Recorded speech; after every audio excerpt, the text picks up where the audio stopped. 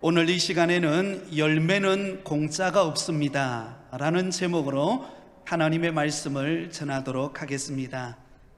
우리나라 사람은 참 공짜를 좋아합니다. 여러분, 공짜 싫어하는 사람 있나요? 네, 공짜라 하면요 사죽을 못 씁니다. 그래서 여러분, 속담 가운데도 이런 말이 있지요. 공짜라면 양잿물도 마신다. 여러분, 공짜가 얼마나 좋으면 그런 말이 나오겠습니까? 수고하지 않고 좀 덜 희생하고 열매를 거두고 싶은 우리 마음의 그 본심 때문이겠죠. 그러나 여러분, 우리가 인생을 살아가다 보면 공짜로 얻어지고 쉽게 얻어지는 것은 사실 거의 없습니다. 특히 열매를 얻는 데 있어서는요, 공짜는 없습니다. 여러분, 지금 추수의 계절 가을이죠. 농부들을 한번 생각해 보시기 바랍니다. 가을에 풍성한 수확을 거두기 위해 농부들은 봄에 씨를 뿌리고 모내기를 하고 그리고 농가밭을 일구면서 가을의 수확을 기다립니다. 그 땀과 수고의 희생이 있기에 가을의 열매의 기쁨을 얻을 수가 있는 것입니다. 물론 여러분, 우리가 얻은 구원은 우리의 노력이나 우리의 수고에 의하여 얻어진 것이 아닙니다. 전적인 하나님의 은혜인 줄 믿습니다. 그런데 여러분, 우리 입장에서는 그렇지만 구원을 허락하신 하나님의 입장을 한번 생각해 보면 어떨까요? 과연 우리에게 구원을 선물로 주시기 위하여 하나님께서는 어떤 희생과 노력을 대가를 지불하셨을까요? 여러분, 엄청난 수고의 대가를 지불하셨다라는 것을 우리는 알 수가 있습니다. 독생자 예수 그리스도를 죄 많은 이 땅에 보내셨습니다. 그리고는 십자가에 못 박혀 죽으시는 그 고통을 감내하셔야만 하셨습니다. 이사야서 53장 5절에 보면 그가 찔림은 우리의 허물 때문이요 그가 상함은 우리의 죄악 때문이라. 그가 징계를 받음으로 우리가 평화를 누리고 그가 채찍에 맞음으로 우리는 나음을 받았도다. 사랑하는 여러분, 하나님께서 저와 여러분에게 구원의 선물을 주시기 위하여 독생자 예수 그리스도께서 물과 피를 다 쏟으시는 희생과 수고의 결과로 저와 여러분이 이 구원의 선물을 얻게 되어졌음을 기억하시기 바랍니다. 그러므로 여러분, 우리가 얻은 이 구원은 값싼 은혜가 아닙니다. 너무나 고귀하고 값진 희생이 담긴 은혜임을 기억하고 내가 구원받은 이 놀라운 은혜에 늘 하나님 앞에 감사하며 영광 돌리는 삶이 되시기를 예수님의 이름으로 축원드립니다. 오늘 우리가 읽은 본문의 말씀은 예수님께서 제자들에게 비유의 말씀으로 하셨던 은열머나 비유의 말씀입니다. 은열머나 비유를 살펴보면 우리 인생, 우리에게 주어진 이 인생을 마치 장사하는 것에 비유하고 있는 것을 볼 수가 있습니다. 인생은 마치 장사하는 거예요. 사업하는 거와 같다는 것입니다. 사실 여러분, 우리는 이 땅에 영원히 사는 것이 아닙니다. 제한되어진 인생의 시간의 한계 속에서 우리는 살아갑니다. 그러기에 우리에게 주어진 제한된 이 땅에서의 인생의 제한된 환경 속에서 어떻게 우리의 인생을 가치 있는 인생으로 장사하며 보람된 인생을 살아가는가, 이것은 굉장히 중요한 의미를 가지고 있다라고 말합니다. 왜냐하면 우리의 인생을 가치 있는 인생으로 장사하며 보낼 때만이 우리에게 열매 있는 삶의 결과가 나타나기 때문에 그렇습니다. 자, 먼저 오늘 본문이 시작되어지는 11절 말씀을 보면 예수님이 제자들과 함께 드디어 이스라엘의 수도인 예루살렘에 가까이 오게 되었습니다. 그러자 예수님을 따르는 제자들의 마음속에 설레임과 흥분이 가득 찼습니다. 왜냐하면 이제 예수님께서 예루살렘에 입성하시게 되면 당장 하나님의 나라가 세워질 것이라고 제자들은 생각했기 때문입니다. 제자들은 예수님께서 이제 예루살렘으로 올라가시면 예수님이 정치적인 메시아로서 헤롯 정권을 무너뜨리고 당장 영광스러운 유대인들을 위한 새로운 나라를 건설할 것이다 라고 하는 기대감에 부풀어 있었습니다. 또한 내심 제자들의 마음속에는 예수님 때문에 그들은 공짜로 자신이 바라던 것을 얻을 수 있을 것이라고 생각했습니다. 자신들은 한 자리, 예수님 때문에 한 자리씩 할 수 있을 것이라고 그렇게 생각을 했습니다. 그러자 예수님께서는 그런 제자들의 잘못된 생각을 아시고 오늘 제자들에게 우리의 인생에 대하여서 참된 비유의 말씀을 전해주고 있습니다. 은열머나 비유를 통해서 우리에게 주어진 인생은 그냥 단순히 공짜로 얻어지는 인생이 아니라 우리에게 주어진 그 인생을 가치 있게 보람 있게 우리가 장사할 때 그래야 아름다운 열매를 거둘 수 있다는 것입니다. 공짜를 바라고 요행을 바라고 안일하게 있지 말고 주어진 삶을 잘 사용하고 선용하고 열매 맺는 그리스도인이 될 것을 교훈하고 있습니다.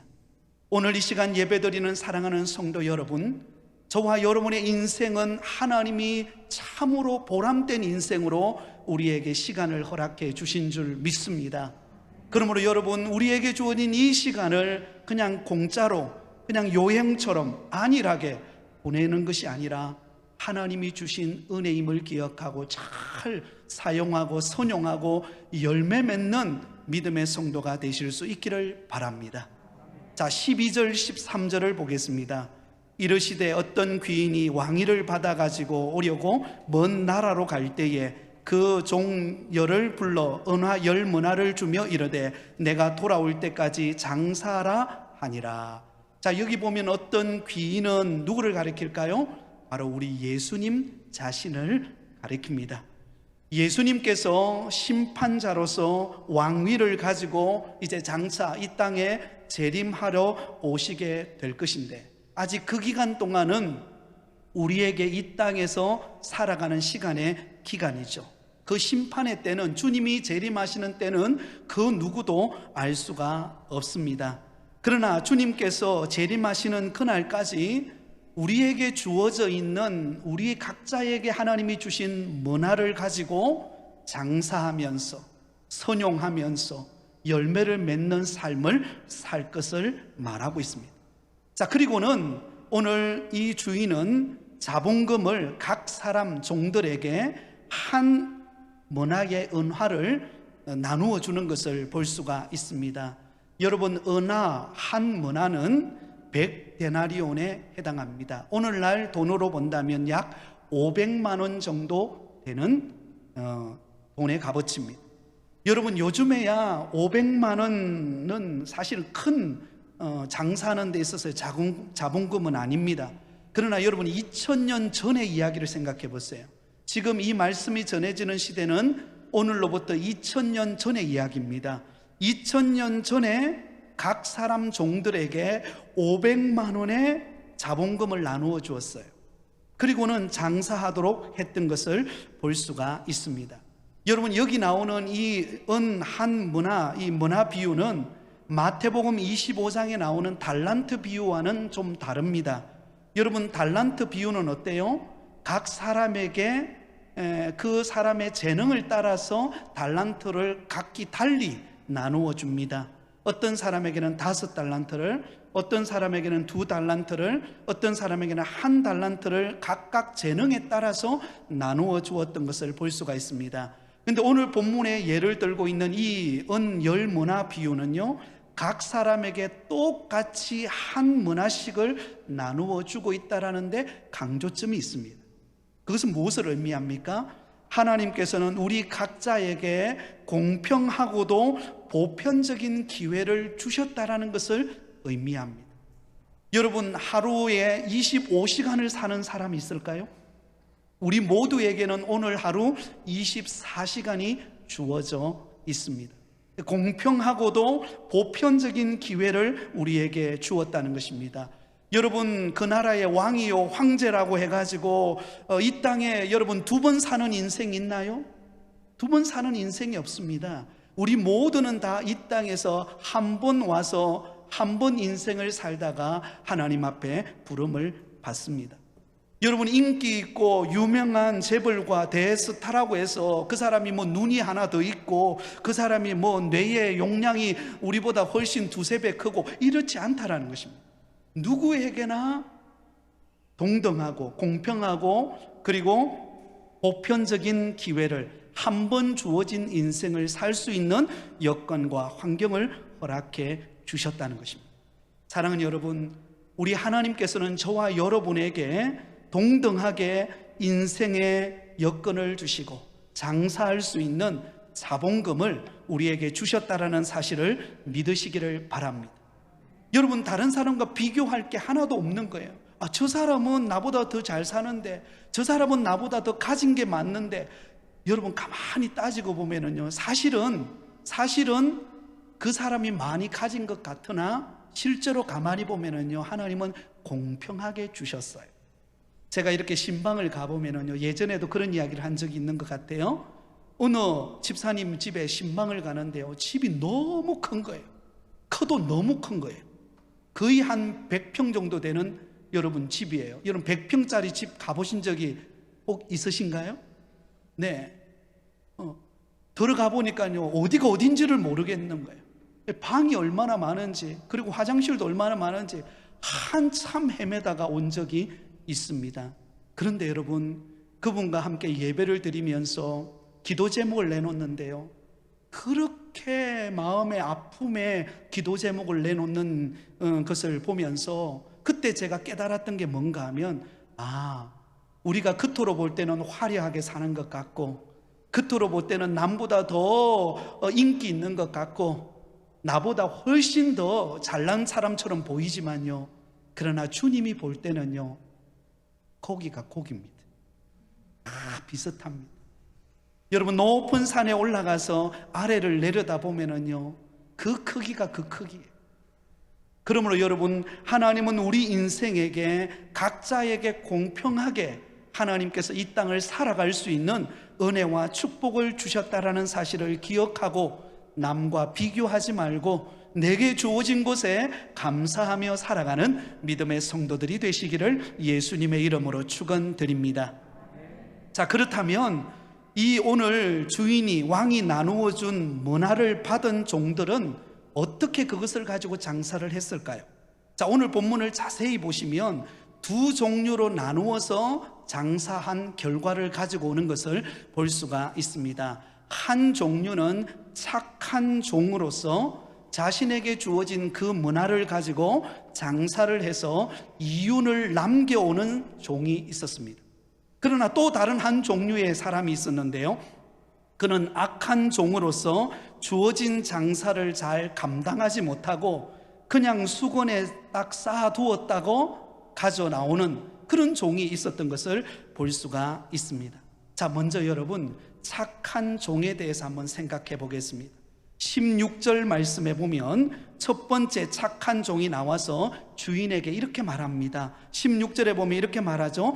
주인이여, 당신의 한 문화로 10문화를 남겼나이다.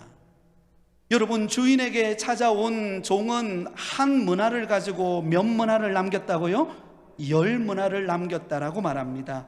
여러분, 다시 말하면 500만 원의 자본금을 받았는데 그것을 가지고 나가서 장사를 해서 5천만 원의 10문화의 이윤을, 10배의 이윤을 남기게 되었다는 것입니다.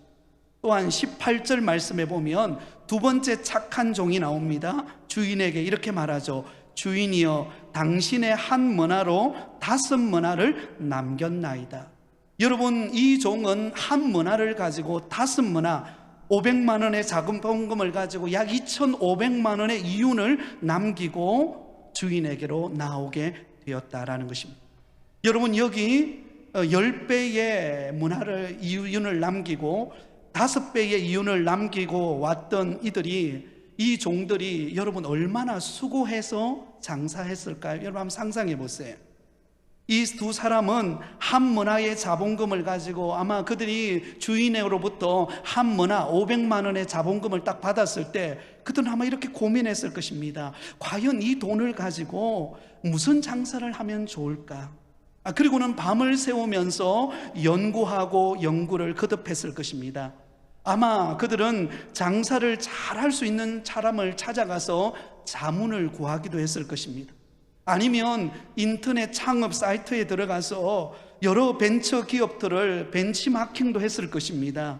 그리고 소비자들의 구매 심리를 파악하기 위해서 기차역으로 아니면 시장으로 아니면 학교 캠퍼스로 가서 설문조사도 하고 시장조사도 했을 것입니다. 그래서 어떻게 하면 이 자본금을 가지고 이익을 잘 남길 것인가, 그것을 연구하고 판매 전략을 세우고 제품을 개발하고 좋은 아이디어가 떠오르면 그것을 메모하면서 때로는 밤을 지새우면서 시금을 전폐하면서 최선을 다하여 장사하기 위해서 노력하고 수고했을 것입니다.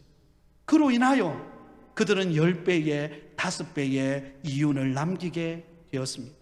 무슨 부정한 방법으로 남긴 것이 아니었습니다. 정당한 경로를 따라서 10배와 5배의 이윤을 남기는 것, 여러분 쉬운 일일까요? 요즘처럼 이 코로나 시기에 이 경기가 참 침체되어 있고 어려운 이런 시기에 여러분에게 500만 원의 자본금을 가지고 10배의 이윤, 5배의 이윤을 남긴다는 거 정말 쉽지 않습니다. 본전만 해도 쉽지가 않습니다. 근데 여러분 오늘 본문에 보면 이 두 사람이 과연 어떤 장사를 했고 어떤 방법으로 사용해서 10배와 5배의 이윤을 남겼는가에 관한 이야기는 나오지를 않습니다. 그러나 그들에 관하여 자세하게 언급하고 있는 내용이 있어요. 그것이 바로 17절입니다. 우리 17절을 같이 읽겠습니다. 시작. 주인이 이르되 잘하였다 착한 종이여 네가 지극히 작은 것에 충성하였으니 10고을 권세를 차지하라 하고 아멘. 자, 여러분 이 17절 말씀을 읽어보면 이 두 종들 10배의 이윤을 남기고 5배의 이윤을 남긴 이 종들이 어떻게 그들이 열매 맺을 수밖에 없는, 이윤을 남길 수밖에 없는 결과가 찾아왔는가, 그 이유가 무엇인가를 우리에게 두 가지를 가르쳐 줍니다. 사랑하는 성도 여러분, 오늘 이 시간 예배드리는 저와 여러분의 삶 속에 풍성한 열매 맺는 삶이 되실 수 있기를 바랍니다. 시간이 흐를수록 주렁주렁 은혜의 열매가 맺히고 주렁주렁 삶의 이윤의 열매가 가득한 믿음의 삶이 되실 수 있기를 바랍니다. 자, 그러려면 열매 맺는 성도가 되려면 우리가 반드시 갖추어야 될 삶의 자세 두 가지가 있습니다. 그 첫 번째는 바로 오늘 본문을 통하여 그는 착한 종이라고 칭찬받은 사람이었다는 것입니다. 17절에 보면 주인이 이르되 잘하였다 착한 종이여, 이렇게 말합니다.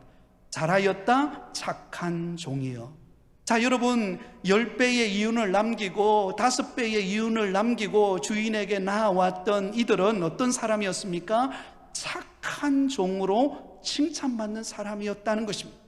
자, 그러면 여러분 여기서 착한 종이라는 이 말은 단순히 마음씨가 착하다라는 의미일까요? 그렇지 않습니다. 여기서 말하는 착하다라고 하는 이 말은 주인과의 관계성이 좋다라는 의미입니다. 주인과의 관계성이 좋다라는 의미입니다. 이제 나중에 살펴보겠지만 뒤에 나오는 악한 종의 문제점이 무엇이었는가 하면 주인과의 관계성이 좋지를 않았어요. 주인이 마음씨가 나빠서 관계성이 안 좋은 것이 아니라 이 악한 종 스스로 주인을 오해하고 못마땅하게 생각했던 좋지 않은 관계성 때문에 그가 열매를 맺지 못하고 아무것도 하지 못했던 것을 볼 수가 있습니다. 그런데 10배의 이윤을 남기고 5배의 이윤을 남겼던 이 종들은요, 주인과의 관계성이 굉장히 좋다는 것을 발견할 수가 있습니다. 왜 관계성이 좋았을까요? 여러분, 주인이 특별히 이들에게 많은 문화를 맡겼기 때문이에요? 아닙니다. 똑같이 한 문화씩을 맡겼어요. 그러면 더 좋은 문화를 맡겼나요? 한 문화를 주면서 그 안에 좀 더 많은 것을 이렇게 담아주었을까요? 그렇지 않았습니다. 그러면 주인이 틈이 날 때마다 이들에게만 찾아가서 사랑과 관심을 보인 것입니까? 그것도 아니었어요. 주인은 공평하게 10명의 종들에게 한 문화씩을 나누어 주었습니다. 그러면 여러분, 누가 문제일까요? 주인이 문제일까요? 아니면 종들일까요? 종들입니다. 종들이 어떤 마음의 자세를 갖느냐에 따라서 결과가 달라지는 거예요. 그러므로 여기 착한 종들은요, 주인을 바라보는 그의 삶의 태도가 착했다는 것입니다. 다시 말하면 여러분, 여기 등장하는 10문화를 남긴 종과 5문화를 남긴 종은 어떻게 생각했을까요? 주인이 그들에게 한 문화의 은전을 그들에게 나누어 주었을 때 그들은 이렇게 생각한 것입니다. 나같이 부족한 사람에게, 정말 나 같은 연약한 사람에게 한 문화를 주인이 맡겨주시다니 얼마나 큰 은혜요, 얼마나 큰 축복인가. 그러기에 내게 주어진 이 한 문화를 가지고 정말 그 은혜에 감사하며 보답하는 삶을 내가 살아야 되겠다, 이 마음 가지고 장사를 했다라는 것입니다. 여러분, 그러기에 여러분 최선을 다하지 않을 수 있을까요? 그러기에 수고를 마다하지 않을 수 있을까요? 하나님이 내게 주신 은혜가 너무나 큰데 나같이 부족하고 허물 많고 결국은 멸망의 길로 갈 수밖에 없는 존재였던 나에게 하나님이 구원의 은혜를 베풀어 주셔서, 그것도 나에게 한 문화의 선물을 주셔서 이 땅의 인생을 살아갈 수 있는, 장사하며 살아갈 수 있는, 보람된 인생을 살아갈 수 있는 여건과 환경을 마련해 주신 그 하나님의 은혜를 생각할 때 어찌 감사하지 않을 수 있겠습니까? 어찌 감격하지 않을 수 있겠습니까? 그러니까 그 한 문화를 받아들은 그 종들의 마음속에는 너무나 감사한 거. 나에게, 나같이 부족한 나에게, 멸망받아 저주받을 수밖에 없는 나에게 이런 은혜를 베풀어 주셔서 이 복된 인생을 주시고 이렇게 하루하루 살아갈 수 있는 시간과 여건과 건강을 주신 하나님의 은혜를 생각하니까 보답하지 않을 수가 없는 것입니다. 그러니 여러분, 수고하니 그 수고가 여러분 얼마나 행복한 수고이겠습니까? 그 노력이, 그 땀이 얼마나 보람된 땀이요 수고였겠습니까? 불평하고 원망할 겨를이 없는 거예요. 은혜가 너무나 크니까, 하나님이 주신 사랑과 축복이 너무 크니까, 그래서 주를 위하여 헌신하게 되었다는 것입니다. 이것이 착한 사람의 모습입니다. 사랑하는 성도 여러분, 우리 자신을 가만히 되돌아보세요. 저와 여러분이 오늘까지 이 땅에 사는 여정 가운데 하나님이 우리를 구원해 주시고 우리를 택하여 믿음의 자녀 삼아 주시고 오늘 이만큼 믿음 생활할 수 있도록 은혜 베풀어 주신 분이 누구십니까? 우리 하나님 아버지신 줄 믿습니다. 여러분, 우리는 믿음 좋다 생각하지만요, 세상에 나가서 살아가 보면은요, 세상 사람과 사실 별반 다를 게 없어요.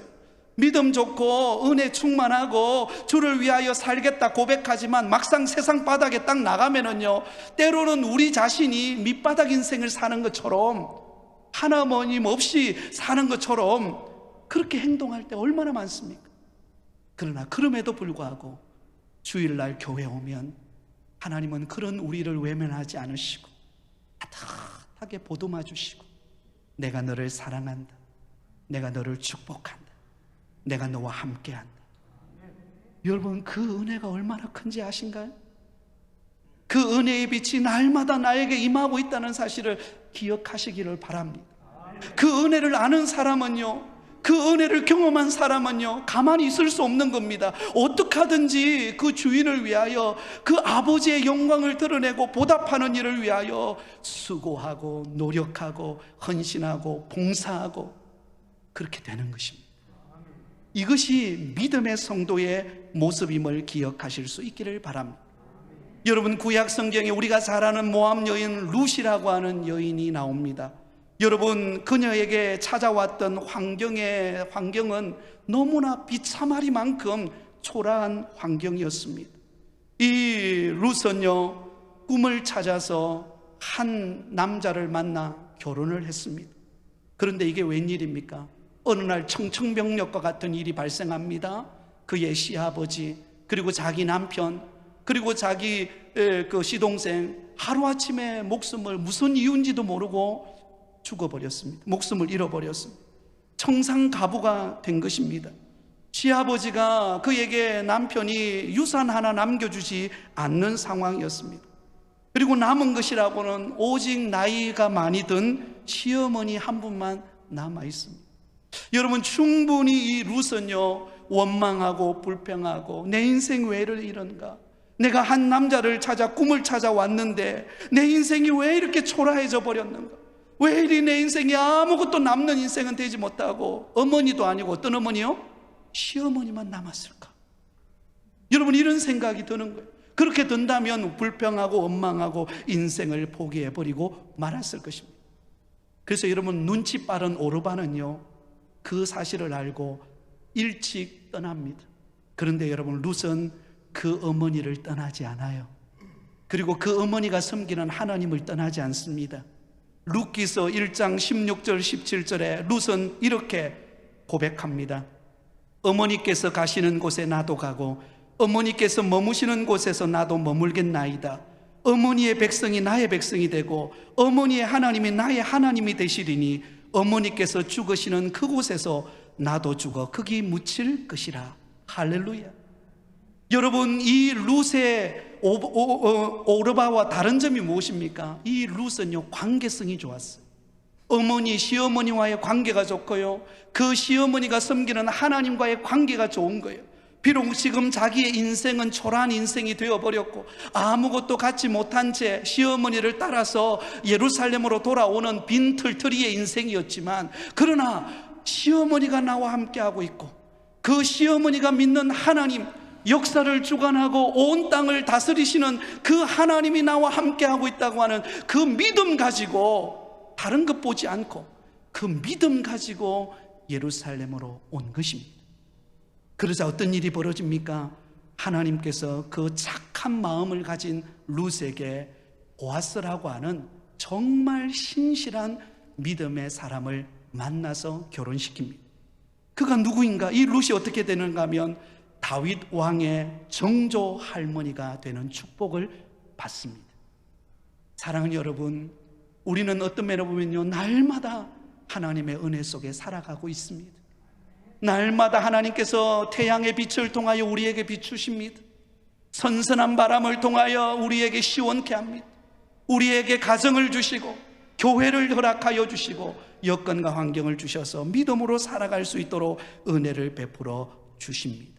그러므로 여러분, 우리는 하나님을 믿을 때 이렇게 고백해야 합니다. 나의 삶 속에 하나님은 선하시다. 하나님은 나에게 가장 좋은 것으로 응답하시는 분이시다. 한번 따라하겠습니다. 하나님은 내게 선하신 분이십니다. 하나님은 내게 가장 좋은 것으로 응답하시는 분이십니다. 그러면 여러분, 삶의 태도가 중요한 거예요. 우리가 능력이 많냐, 많이 가졌느냐, 적게 가졌냐, 이게 중요한 게 아니라 우리의 인생을 살아갈 때의 삶의 태도가 중요합니다. 하나님을 바라보는 삶의 태도. 하나님은 내 인생을 축복하신다. 비록 지금은 환경이 어렵고 지금 내 자녀가 잘 되어지지 않는 것 같고 모든 인생의 문제가 꼬인 것 같으나 내 하나님을 믿고 의지하고 나아가면 하나님은 선하시다. 모든 것을 합력하여 선을 이루신다. 할 수 있거든이 무슨 말이냐? 믿는 자에게 능치 못한 일이 없으리라. 이것을 믿고 나가는 자에게 하나님은 열매를 주시고 축복의 문을 여시는 줄 믿으시기 바랍니다. 하나님의 은혜를 생각하며 주님 앞에 충성하는 믿음의 증인 되시기를 예수님의 이름으로 축원드립니다. 두 번째로, 이 10문화 받은 열매를 남기고 그리고 5 문화의 이윤을 남긴 사람이 또 어떤 사람이었습니까? 이들은 지극히 작은 것에 충성한 사람이었습니다. 한번 따라하겠습니다. 지극히 작은 것에 충성된 사람이 되자. 자, 여러분, 성공한 사람과 그렇지 못한 사람의 차이는요, 대단한 데 있는 것이 아니라고 합니다. 지극히 작은 것 하나, 내가 만나는 지극히 작은 한 사람, 그 사람을 소홀히 여기지 않는 거예요. 그 사람이 잠재적인 나의 고객이에요. 그리고 그 사람이 잠재적으로 나와 함께 동력할 믿음의 사람이라는 것입니다. 그러므로 내가 누구를 만나든 무슨 일을 하든 작은 일일지라도 그 주어진 곳에 최선을 다하여 그 사명을 감당하라는 것입니다. 여러분, 10문화와 5문화의 이 이윤을 남긴 종들은요, 자신에게 한 문화가 주어졌을 때에 그들은요, 남과 비교하지 않았습니다. 왜 나에게 한 문화밖에 주지 않냐라고 불평하지 않았습니다. 자신에게 주어진 그 한 문화를 가지고 작은 일에 충성하기 시작했던 것입니다. 콩나물 하나를 팔면서, 때로는 고객들을 만나서 대화하면서 작은 주어진 일에 그가 최선을 다하고 시간을 선용하고 주어진 상황을 전략을 세우고 그렇게 수고의 땀을 흘렸을 때 결국은 아름다운 이윤을 남길 수가 있었다라고 볼 수가 있습니다. 여러분, 다시 룻으로 돌아가 볼까요? 이 모압 여인 룻이 그의 시어머니와 함께 이스라엘 땅 예루살렘으로 돌아옵니다. 돌아올 때는 보따리 하나밖에 들고 오지를 않습니다. 얼마나 처량한 신세입니까? 그리고는 마침 그들이 돌아올 때는 추수 때였습니다. 우리 같으면 가을이죠. 추수 때였습니다. 그러자 이 룻은 시어머니를 복양하고 자기도 먹고 살기 위해서 어떻게 합니까? 매일같이 남의 밭에 나가서 이삭 줍기를 합니다. 이삭 줍기를 내요. 가서 이렇게 수확기가 있어가지고 탈곡기가 있어가지고 왕창 걷어오는 것이 아니라 가서 허리를 굽히고 떨어진 이삭을 하나씩 줍는 일이었습니다. 작은 일이었어요. 그 이삭 줍기를 해서 집에 오면은 한 보따리 정도 되겠죠? 그것을 가져와서는 한 끼 해결을 하고 또 그 다음 날 가서 다시 이삭 줍기를 합니다. 여러분, 우리나라와 중동의 문화는 다릅니다. 날씨가 달라요. 우리나라는 그래도 가을 되면 좀 선선한 바람이 불잖아요. 근데 중동 지역인 이스라엘 땅은요, 하루 종일 땡볕이 내리쬐는 날씨입니다. 그런 무더위와 싸우면서 이 룻은 원망하지 않고 불평하지 않고 자기 주어진 곳에서 이삭 줍기를 합니다. 여러분, 우리가 밀레가 그린 이삭 줍기라고 하는 그림을 보면 굉장히 낭만스럽고 굉장히 멋있게 보입니다만은 먹고 살기 위해서 이삭을 줍는 일은 결코 쉬운 일이 아닙니다. 여러분, 어떤 사람이 그러잖아요. 좋은 환경에서 이렇게 보고 여행하면 그렇게 행복해 보이고 낭만적이지만요, 그곳에서 일하는 사람은요, 치열한 것입니다. 여러분, 그렇지 않습니까? 우리에게 주어진 하루하루가 너무너무 우리는 치열한 환경 속에서 우리는 살아가고 있습니다. 그러나 여러분, 그런 치열함 속에서 이삭 줍기 하듯이 내가 하루하루 주어진 곳에서 최선을 다하고 지극히 작은 것에 충성할 때 이 룻에게 어떤 일이 일어납니까? 어느 날 보아스의 밭에 이삭을 주우러 룻이 갑니다. 그래서 보아스의 밭에 가서 이삭을 줍는 가정 속에서 하필이면 하나님이 그 보아스를 보내어서 그곳에서 만나서 이제 서로 대화를 하는 중에 서로 사랑하는 마음이 싹트게 되고 결국은 보아스의 아내가 되고, 그리고 그를 통하여 위대한 다윗이 탄생하는 결과가 나타나는 것을 볼 수가 있습니다. 사랑하는 성도 여러분, 우리가 섬기는 교회 사역, 봉사, 전도, 헌신, 이것은 어떤 면으로 보면 이삭 줍기 하는 것과 같습니다. 별반 사실은 차이가 없어요. 여러분, 우리가 매주일날 교회 와서 혹은 주중에 교회 와서 우리가 봉사하고 헌신하고 충성하는 것, 사실 남들이 많이 알아주는 일은 아닙니다. 그러나 여러분, 그 주어진 곳에서 마치 내 매일매일 주어진 곳에서 이삭 줍기 하듯이 섬김의 자리에서, 희생의 자리에서 충성하고 봉사할 때 하나님은 그것을 어여삐 여기시고 하나님이 우리를 축복해 주신다라는 사실입니다. 이제 우리는 다음 주에 가족과 이웃 초청의 날을 정하여서 교회당 리모델링 기념하여서 우리가 가족과 이웃 초청의 날을 정했습니다. 여러분, 이것도 이삭 줍기와 같아요. 때를 얻든지 못 얻든지 복음을 전파하라고 하는 하나님의 명령을 따라 우리는 가족에게, 이웃에게 복음을 전합니다. 우리가 복음을 전하고 초청장을 전하다 보면 어떤 사람은 그래 갈게 하고 이렇게 반갑게 맞이해주는 사람이 있는가 하면, 어떤 사람은요 굉장히 불편한 표정으로 지금 상황이 어떤 상황인데 이 코로나 시기에 무슨 교회를 간다는, 이렇게 비난의 화살을 쏘는 분도 있습니다. 그러나 여러분, 그럼에도 불구하고 우리가 작은 이삭 죽기를 하듯이 순종하며 복음을 전할 때 하나님께서 은혜 주실 줄 믿습니다. 혹 이때가 아니라도 하나님이 그 씨를 뿌린 그 초청장의 열매가 반드시 열매 맺는 날이 임할 줄 믿으시기를 바랍니다. 여러분, 우리 예수님의 사역은, 예수님의 구속의 사역은요, 대단한 것으로부터 시작하지 않으셨습니다. 지극히 작은 일로부터 시작하셨습니다.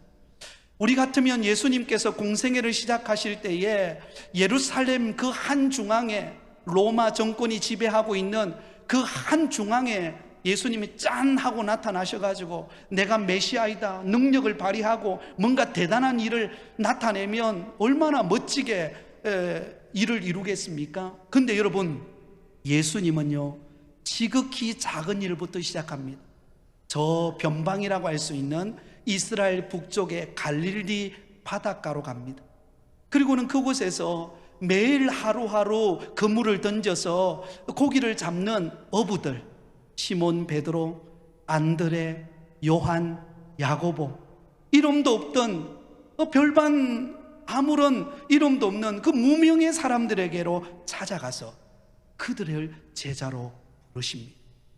그리고 여러분, 우리 예수님께서는 세상 사람들이 다 포기해버린 사마리아 여인을 위하여 여러분 그 사마리아 수가성 우물가에 가셔서 그 여인을 만나주십니다.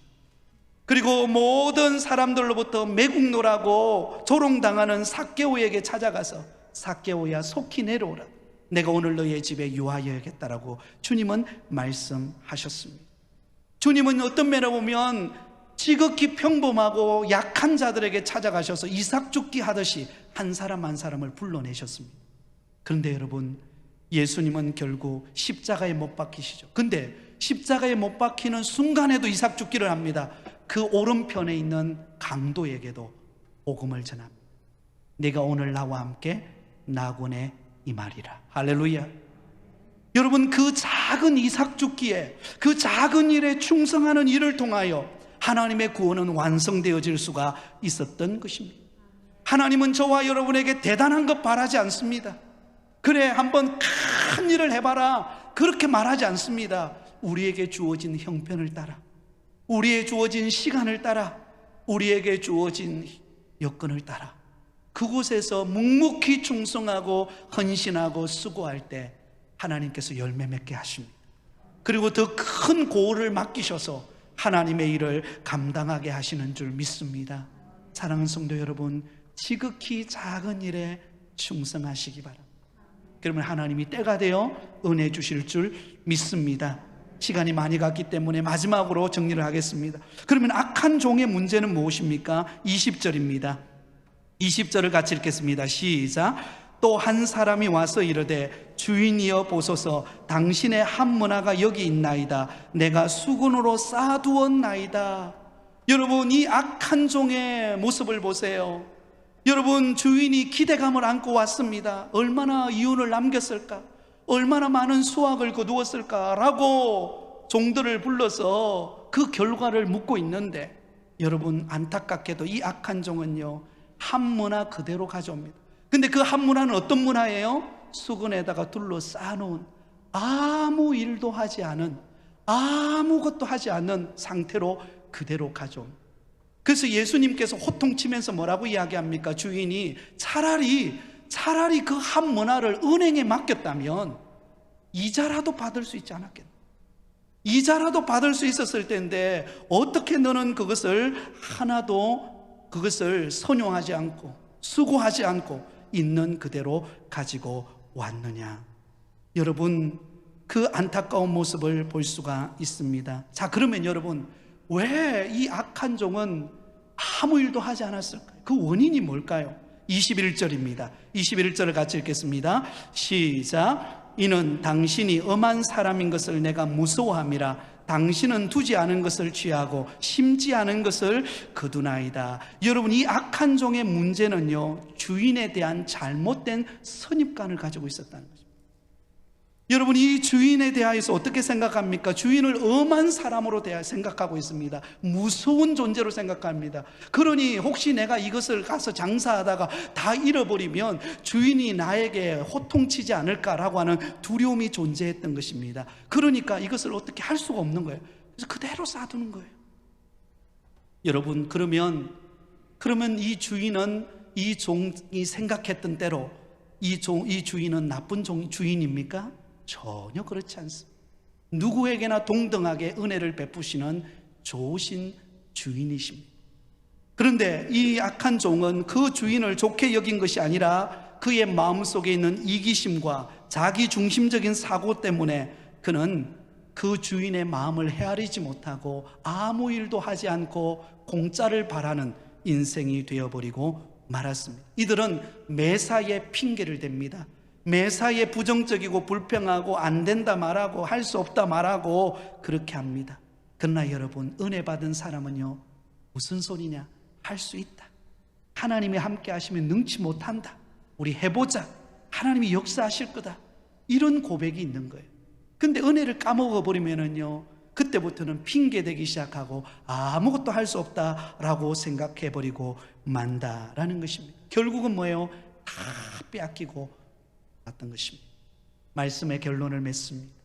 사랑하는 성도 여러분, 하나님은 저와 여러분에게 이 땅에 보람된 인생을 살도록 시간과 여건과 환경을 허락하신 줄 믿습니다. 그러므로 날마다 하나님이 내게 베풀어 주신 은혜를 생각하면서 그 은혜를 어떻게 보답하며 살아갈까? 그것을 생각하며 충성하시기 바랍니다.